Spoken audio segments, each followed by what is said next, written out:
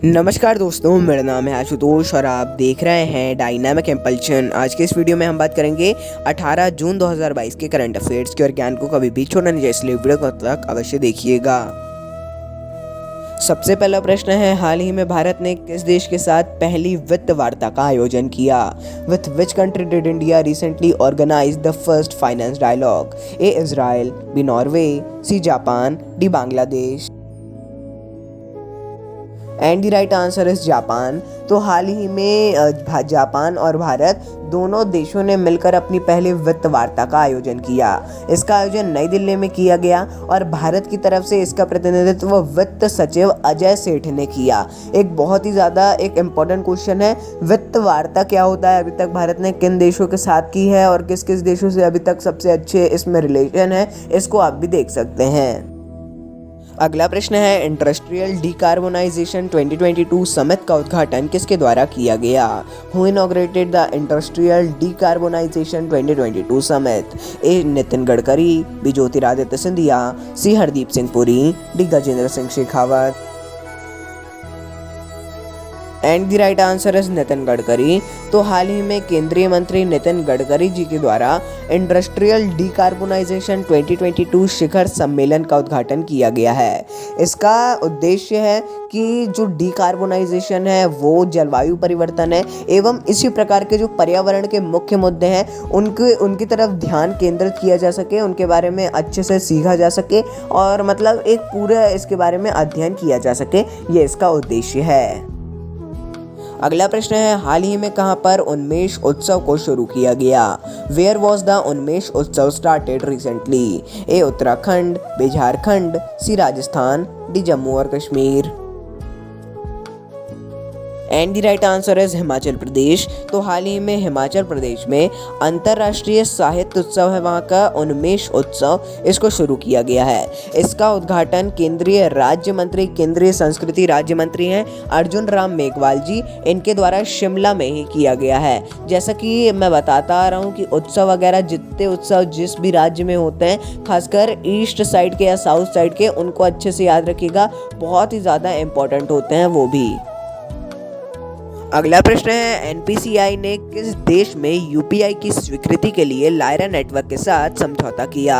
For which country NPCI has tied up with Lyra network for acceptance of UPI? A Israel, B संयुक्त अरब अमीरात, C रूस, D France. And the right answer is France. तो हाल ही में NPCI ने France में UPI की स्वीकृति के लिए लायरा नेटवर्क के साथ में समझौता किया है। इसके तहत फ्रांस में लायरा नेटवर्क की मशीनों में रुपए का कार्ड, यहाँ रुपए लिखा है लेकिन नहीं, वो रुपए जो कंपनी है RUPAY, रुपए का क्रेडिट कार्ड और यूपीआई को अनुमति मिल जाएगी। और यूरोपीय यूनियन में यूपीआई को मंजूरी देने वाला फ्रांस ऐसा पहला देश बन जाएगा। बहुत ही ज़्यादा इंपॉर्टेंट क्वेश्चन है ये। अगला प्रश्न है, राष्ट्रमंडल खेलों की 37 सदस्यीय एथलेटिक्स भारतीय टीम की अगुवाई कौन करेगा? Who will lead the 37-member athletics Indian team of Commonwealth Games? A Neeraj Chopra, B Mirabai Chanu, C Sourav Ganguly, D Abhinav Bindra. And the right answer is Neeraj Chopra. तो आप सभी लोग जानते हैं नीरज चोपड़ा जी को ओलंपियन में ओलंपियन है, ये गोल्ड मेडलिस्ट हैं। इन्होंने राष्ट्रमंडल खेलों में 37 सदस्यीय भारतीय एथलेटिक्स टीम की अगुवाई ये करने वाले हैं, लीड करेंगे ये इस टीम को। ये 37 सदस्यों में से 18 महिलाएं और 19 पुरुष हैं, जो कि एक बहुत ही ज़्यादा अच्छी बात है। कॉमनवेल्थ गेम्स में भी मेरी शुभकामना है कि भारत और आगे बढ़े। अगला प्रश्न है, हाल ही में किस राज्य ने टाटा टेक्नोलॉजीज के साथ समझौता किया? Which state has recently signed an agreement with Tata technologies? A Paschim Bengal, B Tamil Nadu, C Punjab, D Karnataka. जी हाँ, यहाँ पर तमिलनाडु ही लिख गया है, लेकिन प्लीज आप उसको सुधार कर डी वाले को कर्नाटक कर लीजिए, ये इंपॉर्टेंट है। And the right answer is Tamil Nadu. तो देखिए 2 बार लिख गया था, वो तो गलती थी, लेकिन इसका सही उत्तर भी तमिलनाडु ही है। तो हाल ही में तमिलनाडु राज्य सरकार ने टाटा टेक्नोलॉजीज के साथ में समझौता किया है। इसका उद्देश्य है कि राज्यों में जितने ITI हैं उनको अपग्रेड किया जाए। ITI है। देखिए ITI और IIT सभी लोग जानते हैं, लेकिन फिर भी कुछ लोग कंफ्यूज हो जाते हैं, उनके लिए बता दें ITI जो है उनको अपग्रेड करने के लिए टाटा टेक्नोलॉजीज के साथ इन्होंने समझौता किया है। One of the most state के लेवल पे या फिर केंद्र, यदि आप बात करें केंद्र के कोई एग्जाम की, उसके लेवल पर भी जो स्टेट के क्वेश्चंस आते हैं उसमें एक इम्पॉर्टेंट इस क्वेश्चन को आप कह सकते हैं। अगला प्रश्न है AI सक्षम कॉमन पेंशन पोर्टल को किसके द्वारा लॉन्च किया गया? AI enabled common pension portal was launch by A doctor Jitendra Singh, B Narendra Modi, C Ashwini Vaishnaw, D Nirmala Sitharaman. And the right answer is doctor Jitendra Singh. तो हाल ही में केंद्रीय मंत्री डॉक्टर जितेंद्र सिंह जी के द्वारा AI सक्षम कॉमन पेंशन पोर्टल को लॉन्च किया गया है। ये पेंशन की सभी प्रकारों की ट्रैकिंग, प्रसंस्करण और उनकी जानकारी को एक पोर्टल में लाने में मदद करेगा। इन सभी अलग अलग राज्यों की शायद इसमें आ जाएगी एक में, और केंद्र की तो आएगी ही आएगी। एक ये भी बहुत ही अच्छी बात है।